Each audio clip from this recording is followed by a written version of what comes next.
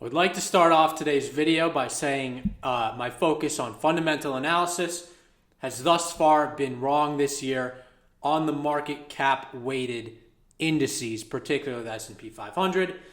That will call the market for the purposes of this video. However, while that may be the case, and I may not be having my best time so far this year, I do have a pretty good track record relying on this kind of fundamental analysis. I was able to correctly predict and sidestep a coronavirus downturn. I was correctly able to step in and aggressively buy some of the most promising and speculative growth stocks when the conditions of the Fed changed, and that proved to be quite fruitful for me and my clients and my investors. And I was able to anticipate a major energy shock, one of the largest we've ever seen, that I believe still persists to this day in some form or another.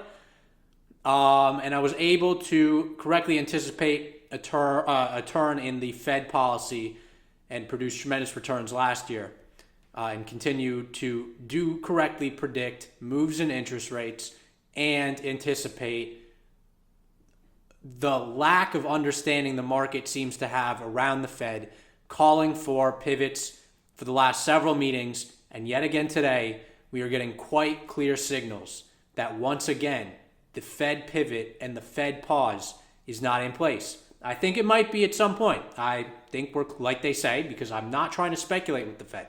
The market is trying to speculate with the Fed. They're trying to predict rate cuts that the Fed has never said they're going to do. The Fed says that they're closer to the end than the beginning. I'm going with that. That is my stance on when the pause occurs, okay? Anyways, let's get into this market, because the behavior we're seeing today is, and then we saw yesterday, is essentially the same that we saw last week, almost to the level in the S&P 500. The peak of the S&P 500 today on this Friday is very similar to the peak in the S&P 500 we saw last Friday. We also had a day prior of tremendous rally, and it came off of, a weird period right before. Before yesterday, we had a very meaningful sell-off back to the same support level we were at before last week's two-day rally. Yesterday and today were the two highest zero-day to expiry option trading volumes days in history. Last week, I don't remember what the statistic was. Maybe it was highest call buying volume, or it was another situation that was just like that, okay? The valuations we are currently experiencing relative to earnings are valuations that get seen in quantitative easing and bubble environments, and those environments alone. A lot of us are looking to where we were before the start of 2022 to draw clues of what we should price these businesses at. And that is not the correct paradigm to refer to, because things are very different. Yes, the stock market does like to anticipate whatever you want to call it, 6, 12, 18 months out into the future. Let's discuss what that 6, 12, or 18 months into the future actually looks like. The Fed continues to say that the full effects of the tightening are yet to be felt. Despite that, they want to and need to continue to tighten. Loretta Mester said today, and many other Fed speakers have said, the greater, including Powell, by the way, not in the last 2 or 3 times he's spoken, but before that, the greatest risk to the Fed is that they under tighten, okay? So they want to do more from now on, particularly with the data we got today. Make no mistake, it was hot. Don't clue to the market's price changes for that information. Anyways, the next 6, 12, and 18 months, full effects of the tightening yet to be felt. We're beginning to see some signs of deterioration, not in a hardcore sense, but some signs. You look at retail companies, you listen to the commentary out of Target, very clear indications. You see even iPhone sales in the United States.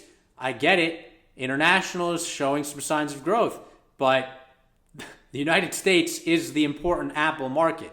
Android has most of the global share. Maybe Apple will take more of that over the long run. I'm not doubting that. I'm not doubting Apple's 20-year trajectory.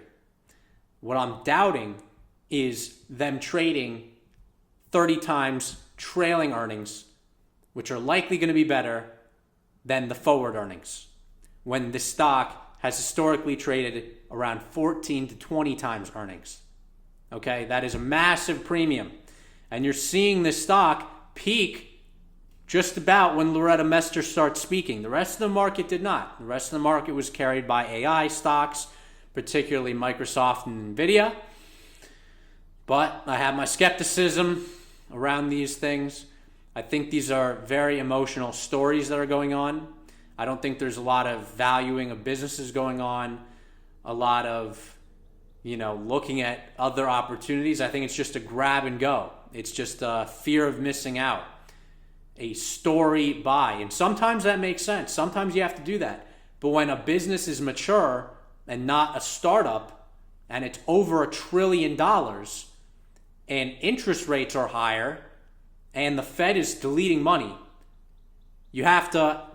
it's a different situation than when you're investing in a venture capital startup. Very different picture.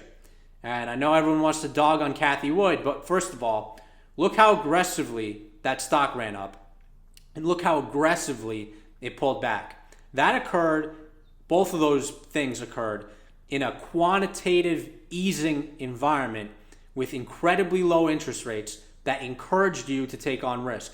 So to think that can't happen now in a quantitative tightening environment where cash is actually being incentivized in a very significant way that we haven't seen in a long time to simply stay in cash risk-free and get free money without having to take risk, you have to consider that. Why would you take such aggressive risk to buy a business that you believe might be overvalued? You just might think that, or that it's had some spectacular run. Why would you take that kind of risk when you can get 5% just chilling, not even thinking about it, right? That's a good thing. That's something that hasn't been present. We haven't had 5% interest rates in over a decade, since before the great financial crisis. This is a big thing. This is interest rates. It's not just something. It's not just some number, okay? It's the single most important aspect of financial markets, of real estate markets, of every single asset, of every business. To buy a laundry cleaner, interest rates matter. It matters for 100% of everything. And they've gone up at the most rapid pace virtually in history, from arguably the most speculative bubble in history and definitely the lowest interest rates ever in history, with the greatest Fed purchasing, artificial buying of these assets ever in history. Okay?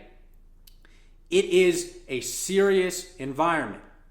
Like I said at the beginning of the video, I appreciate you coming to these videos every day or whenever you can and generating me some views, but trusting me and listening to me.